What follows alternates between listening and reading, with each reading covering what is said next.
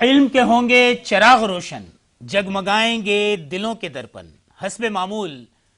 اپنے اس سیگمنٹ فیضان علم کے ساتھ ایک بار پھر نور فاطمہ اور سلیمان سیانی آپ کے سامنے موجود۔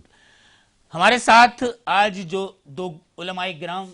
موضوع گفتگو ہوگا، علماء کرام جو یہاں موجود ہیں ان سے جو گفتگو کا موضوع اور عنوان ہے وہ اتنا پیارا ہے، اور بار بار آپ ہم سے یہ ذکر سنتے آئے ہیں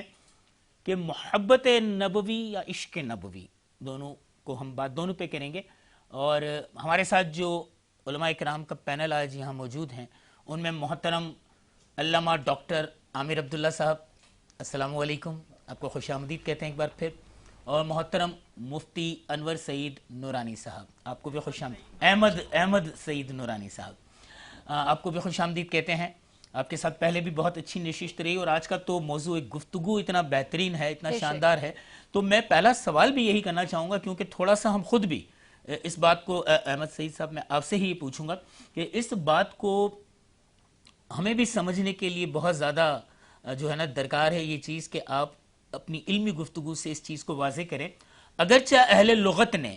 عشق کے معنی و مفہوم کو فرط محبت سے تعمیر کیا ہے، مگر یہ حقیقت ہے کہ قرآن کریم میں محبت نبوی کا ذکر تو ہوا ہے مگر عشق نبوی کا نہیں۔ اگر محبت اور عشق میں صرف درجات کا ہی فرق ہے تو خداوند کریم نے عشق نبوی کا ذکر کیوں نہیں کیا، یا کوئی مصلحت تھی اس کی؟ یہ علمی نقطہ ہم ضرور آپ سے جاننا چاہیں گے۔ بسم اللہ الرحمن الرحیم، الحمدللہ رب العالمین والصلاة والسلام علی سید الانبیاء والمرسلین، اما بعد فاعوذ باللہ من الشیطان الرجیم، بسم اللہ الرحمن الرحیم۔ میں آپ کا سب سے پہلے بہت مشکور ہوں کہ آپ نے مجھے موقع عطا فرمایا اس ٹرانسمیشن میں گفتگو کرنے کا۔ اللہ رب العالمین کی بارگاہ سے دعا ہے کہ اللہ تعالی ہمیں اور ہماری پوری ٹیم کو اور ہمارے تمام ناظرین کو نبی کریم صلی اللہ علیہ وسلم کی محبت عطا فرمائے، آمین آمین۔ اور آقا علیہ الصلوۃ والسلام کی محبت کے تمام تقاضوں کو ملوث خاطر رکھنے کی توفیق بھی عطا فرمائے۔ دیکھیں، سب سے پہلے تو میں آپ کے توسل سے اپنے ناظرین تک یہ میسج پہنچا دوں کہ عشق لفظوں کی نہیں بلکہ ایک کیفیت کی بات ہے۔ یہ انسان کے جذبات پر، انسان کے حواس پر، انسان کی پوری کنڈیشن پر طاری ہونے والی ایک کیفیت ہے کہ جس میں وہ ڈوب کر اپنے محبوب کی اطاعت اور اپنے محبوب کی پیروی کرتا ہے۔ اب دیکھیں، لفظ محبت جو ہے یہ آغاز تو انسان اپنی کوشش سے کرتا ہے، لیکن اس کا اختتام اب انسان اپنے اوپر نہیں لیتا، بلکہ اللہ رب العالمین نے جیسا کہ قرآن مجید فرقان حمید میں ارشاد فرمایا نا، علیک محبۃ منی، کہ میری محبت کا رنگ ہے تم پر۔ تو اب ہوتا یہ ہے کہ جب ہم نبی کریم صلی اللہ علیہ وسلم کی محبت میں شعوری طور پر قدم رکھتے ہیں تو پھر اللہ تبارک و تعالی اس میدان میں جتنا لگاؤ ہوتا ہے، جس قدر ہمیں کشش ہوتی ہے، اس قدر اللہ رب العالمین ہمیں لے کر جاتا ہے کہ اب نبی کریم صلی اللہ علیہ وسلم کی انوار و تجلیات کے رنگ اسی قدر اس شخصیت پر غالب آتے ہیں جس قدر وہ خلوص کے ساتھ اور لگاؤ کے ساتھ اس میدان میں آگے بڑھتا ہے۔ در حقیقت نبی کریم صلی اللہ علیہ وسلم کی محبت کو اگر ہم الفاظ میں بیان کرنا چاہیں نا تو میں سمجھتا ہوں کہ شاید ہمارے پاس الفاظ نہیں ہوں گے،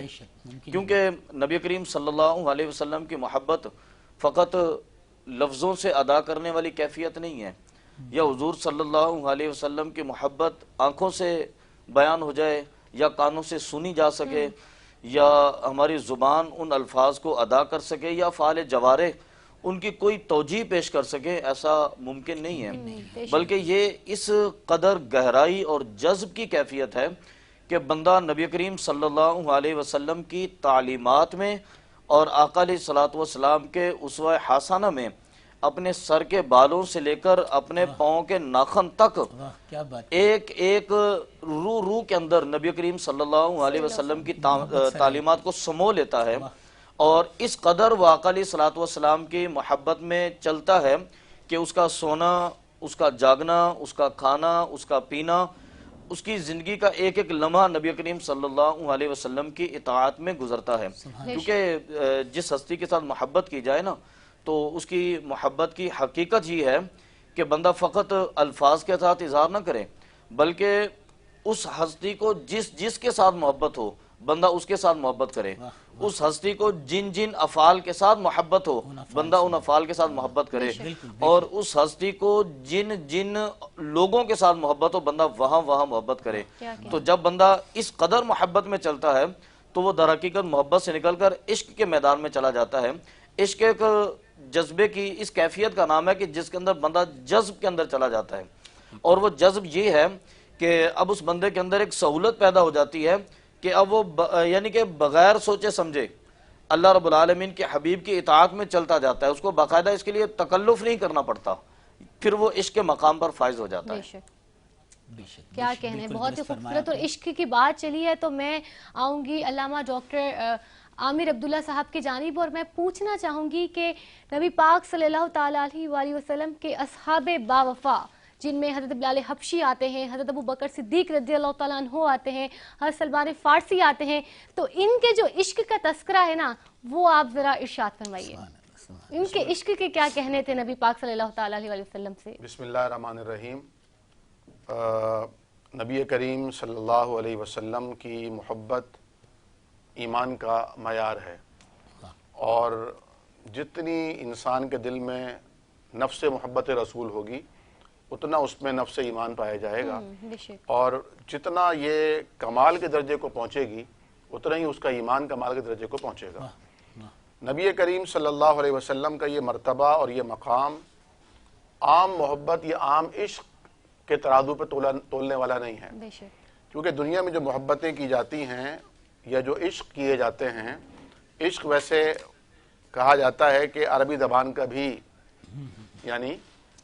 مادہ اس کا نکلتا ہے، اور بنیادی طور پر یہ فارسی میں تو مستعمل ہے ہی، اسی سے اردو میں آیا ہے، بالکل۔ لیکن عشق جو ہے وہ شعوری نہیں ہوتا، یا عشق کی جو بنیاد ہے وہ طبعی ہوا کرتی ہے، لیکن نبی کریم صلی اللہ علیہ وسلم کا جو تعلق ہے محبت کا، یا جسے آپ عشق کہہ رہے ہیں، یہ وہ تعلق ہے جسے اللہ رب العالمین نے لازم قرار دیا ہے۔ یعنی خود حضور کریم صلی اللہ علیہ وسلم کے ارشاد گرامی ہے، فرمایا لا یؤمن احدکم، تم میں سے کوئی اس وقت تک کامل مومن ہو ہی نہیں سکتا حتی اکون احب الیہ من ولدہ ووالدہ والناس اجمعین، اپنی اولاد سے، اپنے والدین سے، سارے انسانوں سے، اور ایک روایت میں مال کا بھی ذکر آیا ہے۔ قرآن کریم کی وہ آیت دیکھیے جس میں فرمایا کہ قل ان کان آباؤکم، اے نبی صلی اللہ علیہ وسلم ان سے کہیے اگر تمہارے آبا و اجداد، تمہاری والدہ، تمہارے والد، و اخوانکم و ابناؤکم، تمہاری آل اولاد، بیٹے بیٹیاں، و اخوانکم، تمہارے بھائی بند بہنیں، و ازواجکم، تمہارے وہ جوڑے، عورت کے لیے شوہر اور بیوی کے لیے اس کا شوہر، وعشیرتکم، اور باقی تمام رشتہ دار، واموال اقترفتموها، اور وہ مال جسے تم گن کر رکھتے ہو، وتجارت تخشون کسادها، اور وہ تجارت جس کے گھاٹے میں جانے کا تمہیں خدشہ لگا رہتا ہے، ومساکن ترضونها، اور وہ مکانات جو تمہیں بڑے پسند ہیں۔ اب اللہ تعالیٰ کا سوال شروع ہوتا ہے، احب الیکم من اللہ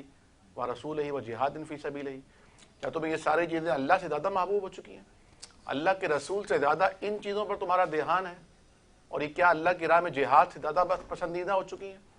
اگر ایسا ہے فتربصوا حتی یاتی اللہ بامرہ، تو انتظار کرو اب اللہ کے عذاب کا، اللہ کے عذاب کا۔ تو نبی کریم صلی اللہ علیہ وسلم سے محبت کا، جو عشق کے رسول کے جو تقاضے ہیں، ان میں اللہ تعالیٰ نے یہ نہیں فرمایا کہ ان سے محبت کرنی نہیں ہے، صرف اللہ اور اس کے رسول سے ہی محبت کرنی ہے، کیونکہ اگر ایسا ہوتا تو یہ دین فطرت نہ رہتا، بالکل، کیونکہ دین فطرت ہے، اس لیے گنوا کر یہ جتایا جا رہا ہے کہ ان سے محبت تو ہوگی، لیکن یہ محبت اگر اللہ کے رسول اور اللہ اور جہاد کی راہ میں حائل ہوتی ہے تو اس کا مطلب یہ کہ تم مومن نہیں ہو، تو مومن نہیں ہو۔ تو نبی کریم صلی اللہ علیہ وسلم کے جو براہ راست آپ سے فیض اٹھانے والے صحابہ کرام تھے، ان میں سے کچھ نام آپ نے لیے، یہ تو وہ تھے نا کہ جنہوں نے نبی کریم صلی اللہ علیہ وسلم کو اپنی آنکھوں سے دیکھا تھا۔ محبت ایک ہوتی ہے نا، میں نے عرض کیا کہ طبعی محبت ہوتی ہے، کسی کو دیکھا اور اس کی خوبیوں کو دیکھ کر، اس کے حسن و جمال کو دیکھ کر دل آ گیا. تو حضور تو حسن و جمال میں یکتائے روزگار تھے. بے شک. حسن یوسف دم عیسیٰ ید بیدا داری، آنچ خوباں ہمہ دارند تو تنہا داری.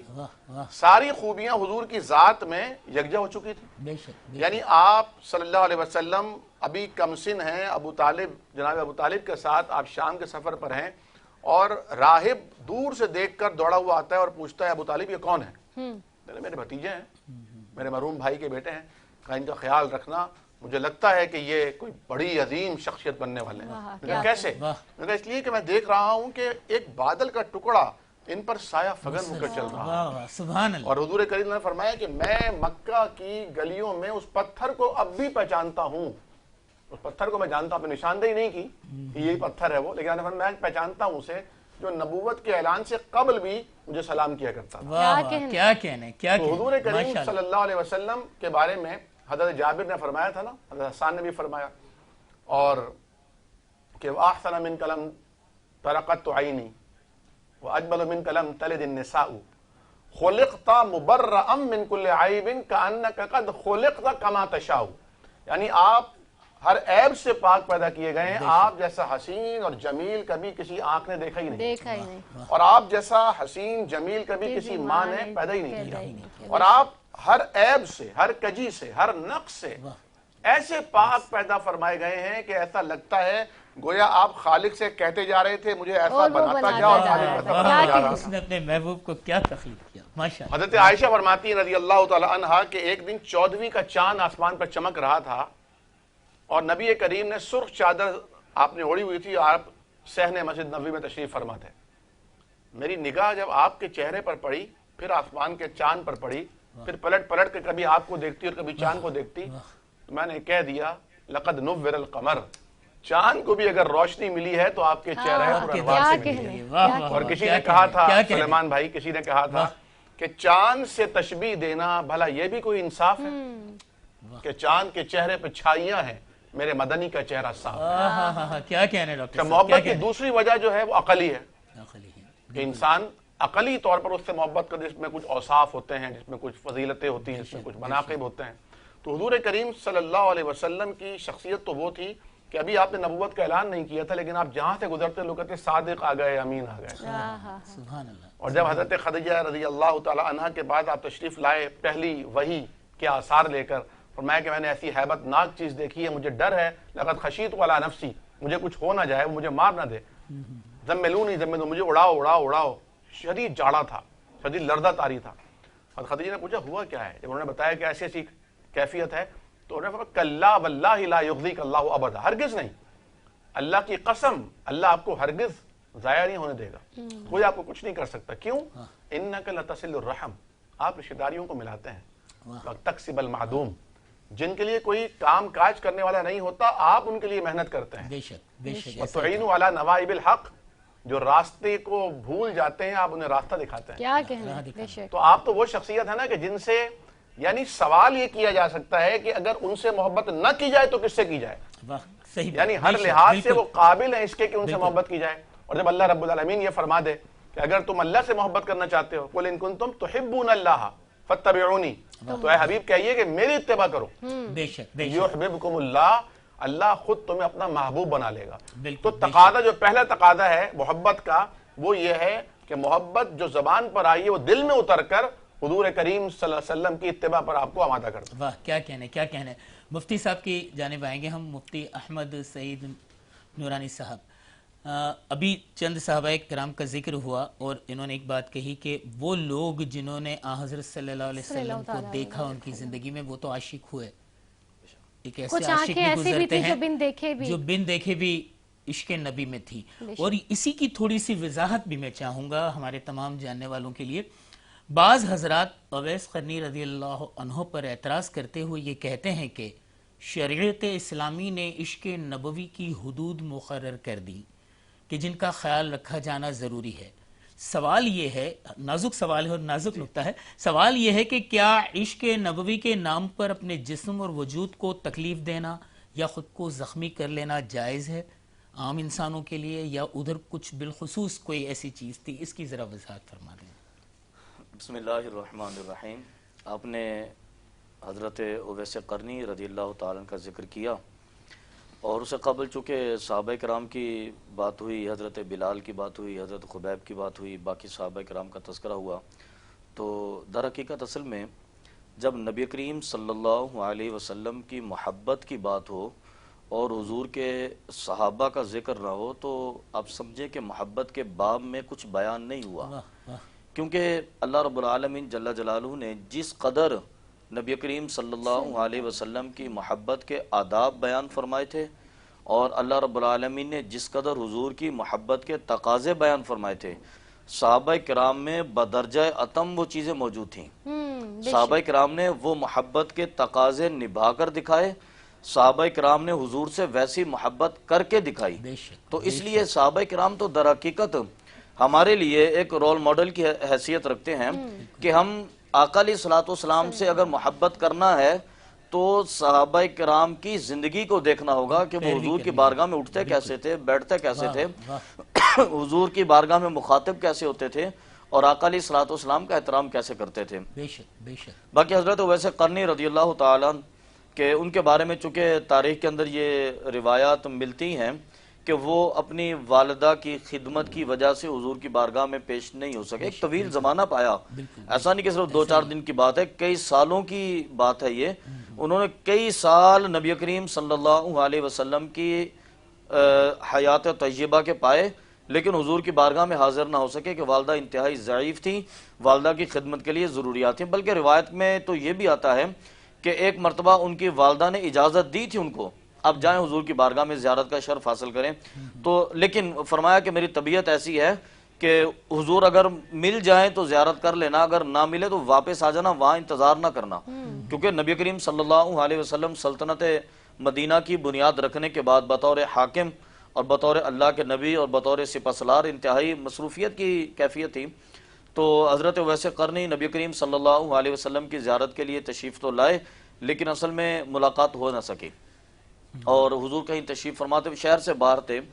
تو والدہ کے حکم کی اطاعت میں فوراً واپس چلے گئے تاکہ کہیں میری والدہ کو میری غیر موجودگی میں کسی اذیت کا اور تکلیف کا سامنا نہ کرنا پڑے۔ اس سے آپ اندازہ فرمائیں، ویسے تو والدین کی خدمت کا موضوع گزرا اور الحمدللہ ناظرین نے اسے بہت کچھ سیکھا، لیکن آپ اس سے بھی تصور کریں کہ والدہ کی خدمت کی کس قدر، یعنی کہ والدین کی خدمت کی اہمیت ہے کہ آقا علیہ الصلوۃ والسلام کی بارگاہ میں جب یہ بعد میں خبر ہوئی نا، اور حضرت فاروق اعظم اور حضرت علی رضی اللہ تعالیٰ عنہ کے بارے میں روایت کے اندر آتا ہے کہ نبی کریم صلی اللہ علیہ وسلم نے اپنی قمیص مبارک ان کو عطا فرمائی تھی، اور فرمایا کہ جب اویس آئے نا تو پھر اس کو یہ دینا، عرض کی حضور اگر ان سے ملاقات نہ ہو تو فرمایا کہ پھر تم خود چلے جانا۔ تو ان دونوں بزرگ ہستیوں کے بارے میں آتا ہے کہ انہوں نے حضرت اویس قرنی سے ملاقات کی تھی، اور ان کو یہ آقا علیہ الصلوۃ والسلام کا جبہ مبارک جو ہے وہ بڑے ادب کے ساتھ اور بڑی محبت کے ساتھ پیش کیا تھا۔ باقی اپنے جسمانی اعضاء کو تکلیف دینا، تو اس کے بارے میں تاریخ میں جو روایت ملتی ہیں علماء کرام نے اس کے اوپر بڑی جرح و تعدیل کی ہے، تو اس لیے بعض علماء کرام نے انتہائی خوبصورت دلائل کے ساتھ بڑے خوبصورت انداز کے ساتھ اس بات کا رد کیا ہے کہ حضرت اویس قرنی کے حوالے سے یا کسی اور شخصیت کے بارے میں یہ منسوب کرنا کہ انہیں خبر ملی کہ نبی کریم صلی اللہ علیہ وسلم کے دندان مبارک میں سے کوئی شہید ہوئے تھے تو انہوں نے اپنا ایک دانت، پھر تصور ہوا کہ شاید دوسرا دانت ہوگا تو پھر اس کو شہید کیا، پھر تصور ہوا کہ تیسرا دانت شہید تھا، شاید یہ نہ ہو تو انہوں نے تیسرا دانت بھی شہید کر دیا، تو ایسی روایات کو تاریخ میں بیان کرنے سے منع قرار دیا گیا، کیونکہ اس کے اندر زمانے میں بڑے عواقب ایسے داخل ہو گئے کہ جن کا حقیقت کے ساتھ کوئی تعلق نہیں تھا۔ بس اللہ رب العالمین کی بارگاہ سے یہ اعتقاد رکھیں، اللہ کی بارگاہ سے یہ دعا رکھیں کہ اللہ رب العالمین نے جو حضرت اویس قرنی کو محبت عطا کی تھی، اللہ رب العالمین وہ محبت ہمیں بھی عطا فرما دے، اور اللہ رب العالمین جل جلالہ نے جو عشق اور اعتقاد صحابہ کرام کو اپنے حبیب کے ساتھ عطا کیا تھا، اللہ تبارک و تعالی وہ بھی ہمیں عطا فرما دے۔ آپ اندازہ فرمائیں کہ حضرت بلال حبشی،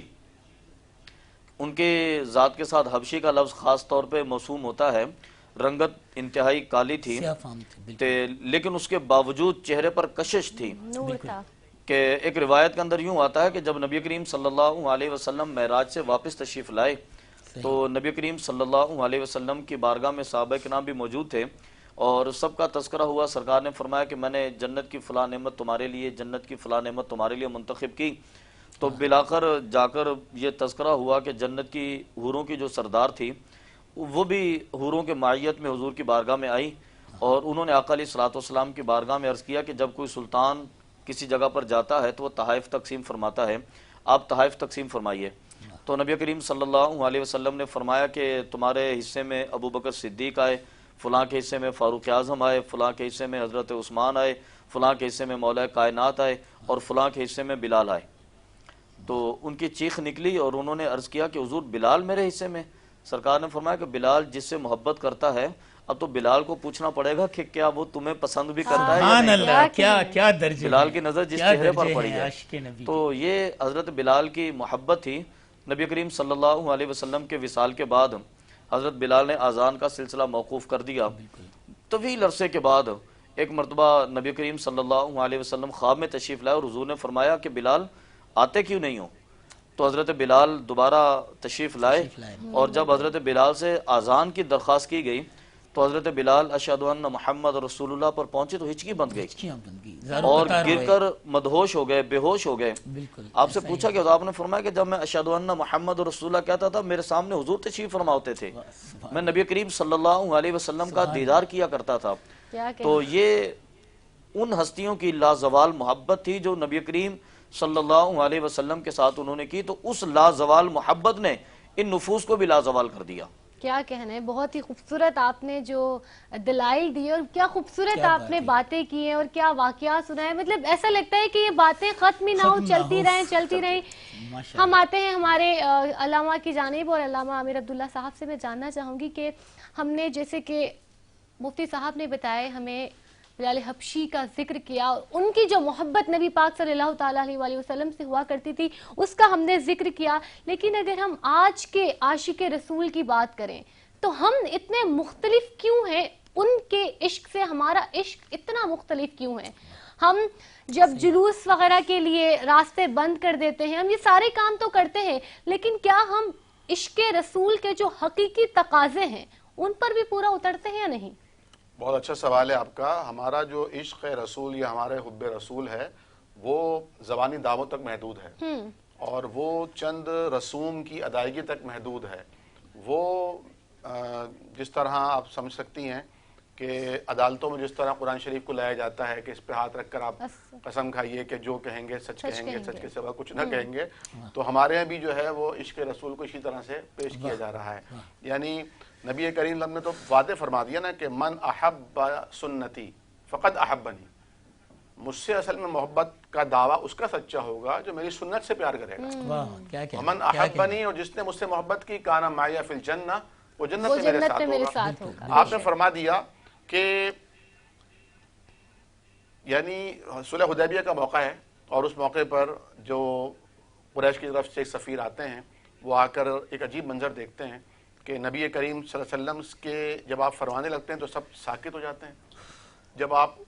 اٹھتے ہیں تو لوگ راستہ بنا دیتے ہیں، کوئی آپ کی طرف گھور کے نہیں دیکھتا، سب کی گردنیں جھکی ہوتی ہیں. اور حتیٰ کہ دیکھا کہ جب آپ وضو فرما رہے ہیں تو لوگ وضو کا پانی نیچے زمین پر نہیں گرنے دے رہے ہیں. وضو فرما رہے ہیں تو زمین پہ پانی نہیں گرتا، بلکہ لوگ اس پانی کو اٹھاتے ہیں اور اپنے چہروں پر، اپنے جسم پر ملتے ہیں. اور جب آپ وضو فرما چکے ہوتے ہیں، کچھ لوگ رہ جاتے ہیں جن کے ہاتھوں میں وہ پانی نہیں آتا، تو ان لوگوں کے ہاتھوں سے اپنے ہاتھ مس کر کے اس سے برکت سمیٹتے ہیں. حضور کو یہ بات پتہ چلی تو آپ نے دریافت کیا کہ تم لوگ ایسا کیوں کر رہے ہو؟ تو نے کہا یا رسول اللہ آپ کی محبت میں. فرمایا اگر مجھ سے محبت کرتے ہو تو پھر ہمیشہ سچ بولنا، پھر ہمیشہ امانت داری کا راستہ اختیار کرنا. تو آج ہماری محبت اگر ہے تو ہم سچ کیوں نہیں بولتے؟ صحیح. اگر آج ہم محبت کے دعوے میں سچے ہیں تو ہم امانت دار کیوں نہیں، دیانت دار کیوں نہیں؟ یعنی سب سے زیادہ مذہبی جماعتیں، ادارے، مدارس، جلسے، جلوس، مجالس، محافل سب ہمارے یہاں موجود ہیں، بے شک، لیکن امانت داری کہاں ہے؟ سچائی کہاں ہے؟ صداقت کہاں ہے؟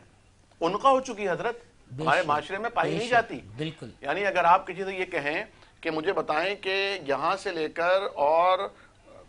کورنگی تک، شاہ فیصل کالونی تک، قائد آباد تک کوئی امانت دار تاجر دکھائیے. حضرت آپ کے علم میں ہے کوئی امانت دار تاجر؟ میرے پاس کچھ سرمایہ پڑا ہے میں لگانا چاہتا ہوں. مشکل کام آپ کہیں گے نہیں بھائی معذرت چاہتا ہوں، حالانکہ بے شمار لوگ ہوں گے آپ کے جاننے والے، لیکن آپ یہ نہیں کہہ سکیں گے ضامن کسی کے نہیں بن اور ہمارے نبی جن کی وجہ شہرت صداقت اور امانت تھی، جنہوں نے دشمنوں کی امانتیں ہجرت والی رات جو قتل کرنے کے ارادے سے آئے تھے ان کی امانتیں اپنے کزن، اپنے چچا بھائی اور مستقبل کے جو داماد تھے حضرت علی رضی اللہ تعالیٰ عنہ کے حوالے کی کہ تم دے کر آنا، یہ امانتیں انہیں دے کر آنا. اور بعد میں لوگوں نے پوچھا تھا کہ علی اس دن نیند تو نہیں آئی ہوگی؟ فرمایا سچ پوچھو تو حضور کے بستر پر اسی دن نیند آئی تھی. نے کہا کیسے؟ باہر تو دشمن کھڑے تھے، تلواریں نکال کر کھڑے تھے، خطرہ تھا کہ جیسے ہی آپ نکلیں گے آپ کو پھر حملہ کر دیں گے. فرمایا مجھے یقین تھا حضور کی زبان پر. آپ نے فرمایا تھا امانتیں دے کر صبح مدینے چلے آنا، یقین تھا آج تو کچھ نہیں ہو سکتا ورنہ یہ فرمان ہی نہ ہوتا. نبی کریم صلی اللہ علیہ وسلم سے ایک صحابی تشریف لاتے ہیں اور وہ کہتے ہیں کہ یا رسول اللہ متی الساعہ، قیامت کب آئے گی؟ آپ پوچھتے ہیں کہ ما اعددت لہا، تو نے قیامت کی کیا تیاری کر رکھی ہے؟ تجھے بڑا انتظار ہے قیامت کا، تیاری کیا ہے؟ تو وہ کہتا ہے یا رسول اللہ کوئی بہت زیادہ نفلی نمازیں، کوئی بہت زیادہ نفلی روزے، کوئی صدقات خیرات تو نہیں ہے، لیکن ایک چیز ہے، ایک میرے پاس چیز ہے کہ انی احبک، میں آپ سے محبت کرتا ہوں. کیا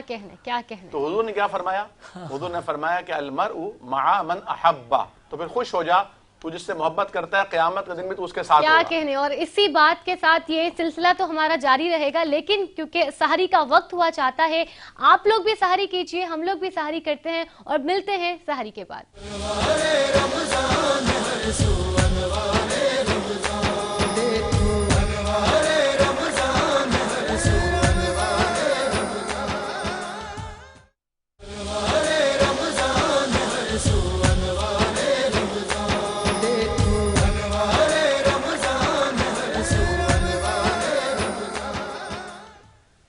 فیضان علم میں دوبارہ علماء کرام سے گفتگو کا سلسلہ جاری رہے گا.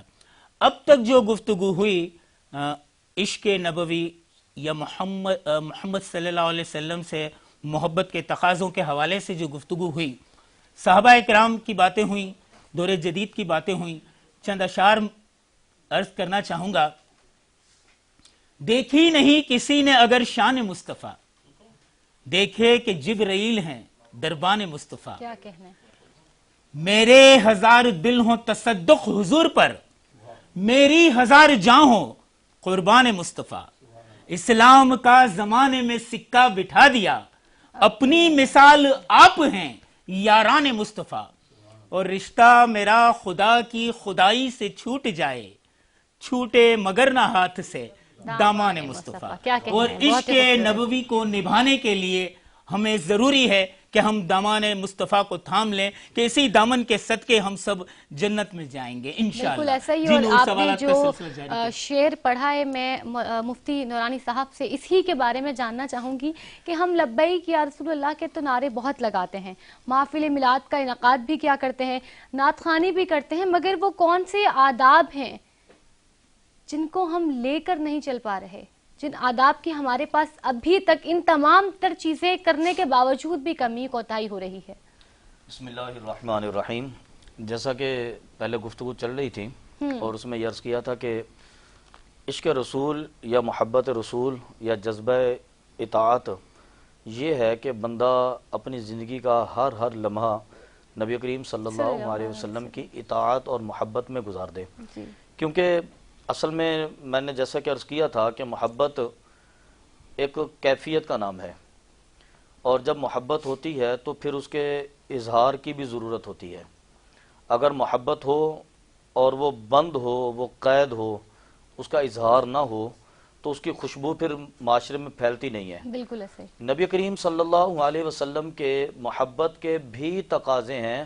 کہ آقا علیہ الصلوۃ والسلام کی محبت کو پھر پھیلایا جائے، اس کو نشر کیا جائے. اور آپ اندازہ فرمائیں کہ صحابہ کرام کا دور تھا کہ وہ آقا علیہ الصلوۃ والسلام سے محبت کرتے تھے، پھر اس کے بعد زمانے گزرتے گئے حتیٰ کہ ایک آج کا وقت بھی ہے. ہمیں چاہیے کہ ہم اسی انداز میں نبی کریم صلی اللہ علیہ وسلم کی محبت کو اپنے اوپر بلکہ طاری نہیں بلکہ حاوی کر لیں. صرف طاری نہ کریں، حاوی کا مطلب وہ محبت ہمیں چاروں طرف سے گھیر لے، چھتری کی طرح، ایک سائبان کی طرح، کہ ہمارا ایک ایک لفظ، ہماری ایک ایک حرکت نبی کریم صلی اللہ علیہ وسلم کی سنت مبارکہ کے مطابق ہو۔ بالکل آقا علیہ الصلوۃ والسلام کی بڑی معروف حدیث مبارکہ ہے۔ آقا علیہ الصلوۃ والسلام نے فرمایا کہ طوبیٰ لمن رآنی، اب اس کو ذرا آج کے اس میں دیکھیے گا،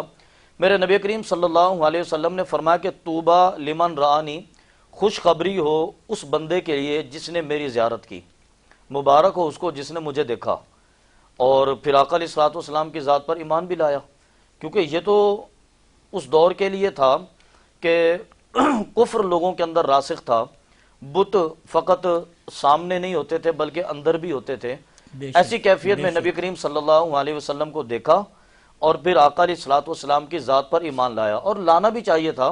کیونکہ انہوں نے دیکھا کہ نبی کریم صلی اللہ علیہ وسلم کی بارگاہ میں مٹھی میں بند پتھر وہ بھی سلام پڑھتے تھے، آقا علیہ الصلوۃ والسلام کی بارگاہ میں درخت سلام کے لیے پیش ہوتے تھے، آقا علیہ الصلوۃ والسلام کی بارگاہ میں جانور اپنی شکایتیں لے کر پیش ہوتے تھے۔ نبی کریم صلی اللہ علیہ وسلم اگر کسی مٹکے میں برتن میں ہاتھ ڈالیں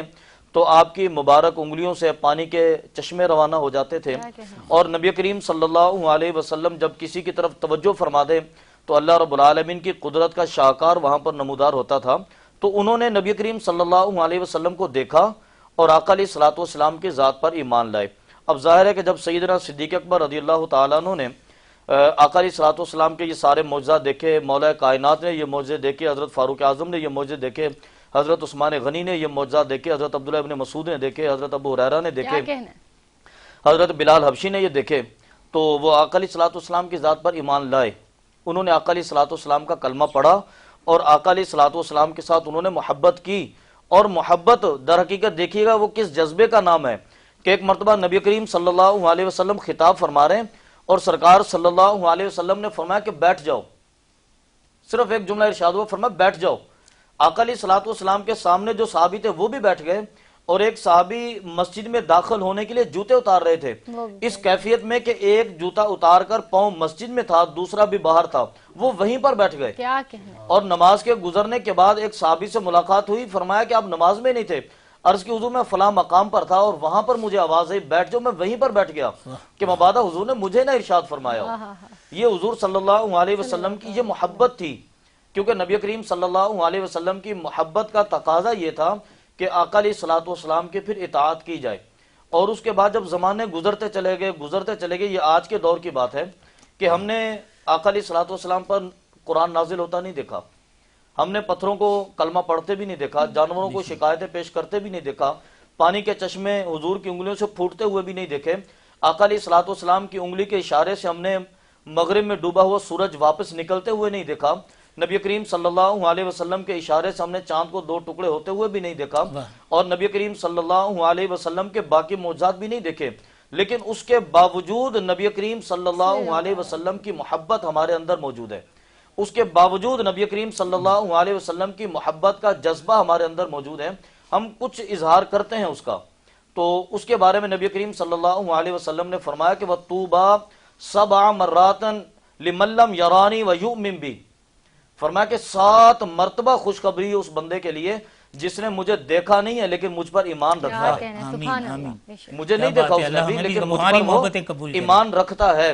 تو یہ ہم نبی کریم صلی اللہ علیہ وسلم سے محبت کے بارے میں جو کچھ اظہار کرتے ہیں، یقیناً ظاہر ہے کہ وہ محبت عروج پر تھی، ہماری محبت ابھی آغاز میں ہے۔ لبیک یا رسول اللہ کا نعرہ لگا لینا، درود و سلام کی آواز بلند کر لینا، نبی کریم صلی اللہ علیہ وسلم کے نام پر جھوم جانا، آقا علیہ الصلوۃ والسلام کے عشق میں مستغرق ہو جانا، یہ اگرچہ ہماری محبت ابھی عروج پر نہیں پہنچی لیکن ابتدا میں ہے۔ تو یہ ابتدا کی محبت جو ہے یہی تو در حقیقت ہمیں آخر عروج تک لے کر جائے گی، کیونکہ اگر آپ چھت پر پہنچنا چاہتے ہیں تو آخر آپ کو پہلے زینے پر قدم رکھنا پڑے گا، یہ ہمارا پہلے زینے پر قدم ہے۔ کیا خوبصورت بات ہے۔ حاصل کلام یہ ہے مفتی صاحب کے عشق محمد مصطفیٰ میں خود کو مٹا کے تو دیکھیے، عشق محمد مصطفیٰ میں خود کو مٹا کے تو دیکھیے، ہر صفحے دل پہ ہوگا درج بس نام ہی تمہارا۔ آج ہم جن لوگوں کے نام لے رہے ہیں وہ ہمارے صفحے دل پہ درج اس لیے ہیں کہ انہوں نے عشق نبی میں خود کو مٹا ڈالا تھا۔ اور میں ڈاکٹر عامر صاحب کی طرف آؤں گا اور لمحہ آخر میں یہ پوچھنا چاہوں گا کہ ہم نے ساری بات کی جو احکامات قرآن کے تھے، میں چاہوں گا ہماری نوجوان نسل کے لیے، ہماری امت مسلمہ کی نوجوان بیٹے بیٹیوں کے لیے ایک چیز کی وضاحت پہ ہم آج کی یہ بہت خوبصورت نشست کو اختتام کی طرف لے کر جائیں گے۔ میرا آج آپ سے سوال ہے، قرآن و سنت کی روشنی میں عشق نبوی کی اہمیت و فضیلت تھوڑی سی بتا دیجئے۔ احکامات تو ہم نے سنے، ساری باتوں پہ اہمیت اور فضیلت کیا ہے؟ یہ ہمارا نبی کریم صلی اللہ علیہ وسلم سے محبت ایمان کا لازمی تقاضا اور ایمان کی پہچان ہے، لیکن جس طرح ہر چیز کو پرکھنے کے لیے کچھ کسوٹیاں ہوتی ہیں، تو اسی طرح اس محبت کو ناپنے کی بھی ایک کسوٹی ہے جسے عمل کے میدان میں دیکھا جائے گا۔ نبی کریم صلی اللہ علیہ وسلم، جس طرح مفتی صاحب نے فرمایا کہ ایک صحابی دروازے پر تھے مسجد کے اور وہیں بیٹھ گئے، تو یہ وہ اطاعت ہے جو آج ہمارے معاشرے میں نہیں ہے۔ نبی کریم صلی اللہ علیہ وسلم نے فرمایا کہ تم میں سے کوئی اس وقت تک مومن نہیں ہو سکتا حتی تبعا لما جئت بہ، جب تک وہ اس چیز کے مطابق زندگی نہ گزارنے لگے جو میں لے کے آیا ہوں۔ اب ہمارے لیے سوال یہ ہے کہ اگر ہم نبی کریم صلی اللہ علیہ وسلم سے محبت کا دعویٰ کرتے ہیں تو عربی کا شاعر کہتا ہے کہ تعث الرسول وانت تذ حبہ هذا العمر فی الزمان بدیع لو کان حبک صادقا لاطعتہ ان المحب لمن یحب مطیع، یعنی آج کے دور تم محبت عشق رسول کا دعویٰ کرتے ہو لیکن تمہارا ہر عمل، ہر صبح ہر شام ان سے مخالفت پر مبنی نظر آتی ہے۔ یہ تو آج کے دور میں بھی عجیب بات ہے، کیونکہ جو محبت کرنے والا ہوتا ہے وہ اپنے محبوب کا مطیع اور فرما بردار ہوتا ہے، اس کی آنکھوں کے اشارے دیکھتا ہے، وہ دیکھتا ہے کس سے آپ ناراض ہوں گے اور کس سے آپ خوش ہوں گے۔ تو آج دیکھیں آنکھ نبی اکرم نے فرمایا تھا نا کہ الصلاۃ قرۃ عینی، نماز میری آنکھ کی ٹھنڈک ہے۔ آپ حضرت بلال سے کہتے تھے ارحنا بالصلاۃ یا بلال، بلال اٹھو اذان دو تاکہ ہمیں راحت پہنچے۔ تو آج کے نوجوان کے لیے پہلا جو ثبوت دینے کا مرحلہ ہے وہ یہ کہ وہ حضور سے محبت کرتا ہے تو حضور کی چیزوں سے تو محبت کرے۔ جس قرآن کے لیے نبی کریم صلی اللہ علیہ وسلم کے جسد اطہر جو مخمل اور یعنی دیباج سے زیادہ نرم اور نازک تھا اور کائنات میں آپ سے زیادہ اعلیٰ مقام کسی اور کا نہیں تھا، جن کے پسینے کو صحابیات جمع کرتی تھی شیشیوں میں اپنے عطر کی خوشبو کو بڑھانے کے لیے، وہ حضور پتھر کھا رہے ہیں، وہ حضور طائف کے میدان میں مصیبتیں جھیل رہے ہیں، وہ بدر ہو، احد ہو، خندق ہو، مسائل اور مشکلات کا مقابلہ کر رہے ہیں اس قرآن کے لیے۔ اس قرآن کو ہم نے چھوڑ دیا اس نماز کے لیے، اس نماز کے لیے ہمارے پاس کوئی وقت نہیں ہے۔ تو یہ وہ بنیادی چیزیں ہیں کہ جن چیزوں کا خیال رکھنا بہت ضروری ہے۔ اور میں آپ کی اجازت سے یہ عرض کرنا چاہوں گا کہ اگر کوئی بیٹا ہے تو حضور کریم صلی اللہ علیہ وسلم کا وہ عمل اس کے لیے موجود ہے جو آپ نے فرمایا کہ اپنی ماں کی قدر کرو اور ماں نہ ہو تو خالہ کی قدر کرو۔ اگر وہ بھائی ہے تو نبی کریم بطور بھائی نظر آتے ہیں کہ آپ کی کوئی بہن نہیں تھی، لیکن جب رضائی بہن شیمہ آئی تو آپ نے اپنی کملی اتار کر اس کے قدموں میں بچھا دی۔ اگر آپ باپ ہیں تو فاطمہ رضی اللہ تعالی عنہ کے استقبال کے لیے آپ خود چل کر جاتے ہیں، ان کے ماتھے کا بوسہ دیتے ہیں، اپنی نشست پہ لا کر ان کو بٹھاتے ہیں۔ اگر آپ شوہر ہیں تو حضور کریم صلی اللہ علیہ وسلم سے کائنات کی آنکھ نے ان سے اچھا شوہر نہیں دیکھا کہ 9 بیویاں تھیں لیکن سب سے زیادہ آئیڈیل آپ تھے، اور عام انسانوں میں بھی سب کا یہ خیال تھا کہ حضور سب سے زیادہ ہم سے محبت کرتے ہیں، عام انسان کے لیے بھی، بچوں کے لیے بھی۔ یہ ہمیں اگر لقد کان لکم فی رسول اللہ اسوۃ حسنہ، آئیڈیل وہ ہے۔ اور یہ جو محبت رسول ہے یہ امت مسلمہ کی اساس اور بنیاد ہے، اساس اور بنیاد، اس کا پرچار ہونا چاہیے، اس کا اظہار ہونا چاہیے، لیکن اس کے تقاضوں پر بھی جو آپ کا پروگرام ہے عمل ضرور ہر عمل سے ہونا چاہیے۔ بالکل صحیح کہا، اور واقعی بڑا کرم تھا اللہ کا کہ ایسا نوازا اپنے کرم سے کریم نے، بگڑے ہوئے نصیب بھی ان کے سدھر گئے، پھرتے تھے جب تلاش میں اصحاب مصطفیٰ، خوشبو پتا بتاتی تھی آقا کدھر گئے۔ تو یہ فیض ہم سب پہ جاری رہے کہ ہم بھی محمد مصطفیٰ کی محبت کی خوشبو میں مہکیں۔ ہمارے ساتھ موجود ہیں انوار یوسف زئی۔ انوار رمضان میں خوش آمدید۔ آج ہم نے بطور خاص آپ کو اس لیے مدعو کیا کہ ہم آج کی اس خصوصی نشست کا اختتام بھی، ویسے تو سوال و جواب پہ ختم ہو جاتا ہے، لیکن ہم چاہ رہے تھے کہ ہدیہ نعت کی صورت میں، کلام کی صورت میں دربار رسالت مآب صلی اللہ علیہ وسلم میں اپنی محبتوں کے چراغ پیش کریں۔ جزاک اللہ، ہدیہ تشکر ادا کرتا ہوں میں آپ تمام لوگوں کو اور K21 کو ایک ایسی بزم، ایک ایسی ٹرانسمیشن سجائی رکھی ہے جو کہ ایمان کو تازہ کر رہی ہے۔ اللہ پاک اس کو قبول فرمائے۔ میر انیس کا لکھا ہوا خالصتاً نعتیہ کلام، ایسا کلام جس میں انہوں نے حضور پاک صلی اللہ علیہ وآلہ وسلم کے والضحیٰ والے چہرے کا بھی ذکر کیا ہے اور واللیل والی زلفوں کا بھی ذکر کیا۔ فرماتے ہیں کہ چہرہ ہے کہ انوار دو عالم کا صحیفہ، آنکھیں ہیں کہ بحرین تقدس کے نگی ہیں، ماتھا ہے کہ وحدت کی تجلی کا ورک ہے، عارض ہیں کہ والفجر کے آیت کے امی ہیں، گیسو ہیں کہ واللیل کے بکھرے ہوئے سائے، ابرو ہیں کہ قوسین شب قدر کھلے ہیں، لہجہ ہے کہ یزداں کی زباں بول رہی ہے، کرت ہے کہ اسرار جہاں کھول رہی ہے، یہ دات یہ شیرازہ شبنم کے تراشے، یاقوت کی وادی میں دھمکتے ہوئے ہیرے، شرمندہ تابہ دندان پیمبر، حرف بسنخان خامہ بصریرے، یہ یہ موج تبسم ہے کہ رنگوں کی دھنک ہے، یہ عکس متانت ہے کہ ٹھہرا ہوا موسم، یہ شکر کے سجدے ہیں کہ آیت کی تنجیل، یہ آنکھ میں آنسو ہیں کہ الہام کی رمجم، یہ ہاتھ یہ کونین کی تقدیر کے اوصاف، یہ خط و خال رخ موسیٰ و انجیل، یہ پاؤں یہ مہتاب کے کرنوں کے معاون، یہ نقش قدم بوسہ گائے رفت جبریل، کہنے کو تو ملبوس بشر اوڑھ کے آیا، لیکن تیرے احکام فلک پر بھی چلے ہیں، انگلی کا اشارہ تھا تقدیر کی زر پر، مہتاب کے ٹکڑے تیری جھولی میں گرے ہیں، انبو ملائک نے ہمیشہ تیرے خاطر پلکوں سے تیرے شہر کے رستے بھی سوارے، ایک تو ہی نہیں صاحب اسرار سماوات، ہر شخص تیرا وارث قرآن نظر آیا، ایک تو ہی نہیں صاحب اسرار و سماوات، ہر شخص تیرا وارث قرآن نظر آیا، ایک تو ہی نہیں صاحب اسرار و سماوات، ہر شخص تیرا وارث قرآن نظر آیا، اور کہنے کو تو فاقوں میں بھی گزری ہیں تیری راتیں، مگر اسلام اب بھی نمکخوار ہے تیرا، کہنے کو تو فاقوں میں بھی گزری ہیں تیری راتیں، مگر اسلام اب بھی نمکخوار ہے تیرا، کہنے کو تو تیرا فقر تیرے فخر کا باعث، لیکن تو سخاوت کے سمندر کا کنارہ، کہنے کو تو تیرے سر پر ہے دستار یتیمی، لیکن تو زمانے کے یتیموں کا سہارا، بہت ہی خوبصورت انور یوسف زئی آپ نے کلام پیش کیا امیر انیس کا، بہت ہی خوبصورت، اور اس محفل میں ایک رونق آپ نے اس کلام کے ذریعے بخشی۔ میں بہت ہی زیادہ ممنون و مشکور ہوں ڈاکٹر علامہ عامر عبداللہ صاحب کی، مفتی احمد سعید صاحب کی، اور انور یوسف زئی صاحب آپ کی، کہ آپ تینوں نے بہت ہی خوبصورت آپ نے کلام پیش کیا، اور علماء کرام سے جو ہماری اس موضوع پہ گفتگو ہوئی ہے، یقیناً ہماری معلومات میں بھی اضافہ ہوا ہے، اور ہمارے دیکھنے والے تمام ہی ناظرین کی معلومات میں بھی اضافہ ہوا ہوگا، اور انہیں بھی پتہ چلا ہوگا کہ نبی پاک صلی اللہ تعالیٰ علیہ وآلہ وسلم سے محبت کے حقیقی تقاضے کیا ہیں۔ ملتے ہیں آپ سے ایک بریک کے بعد۔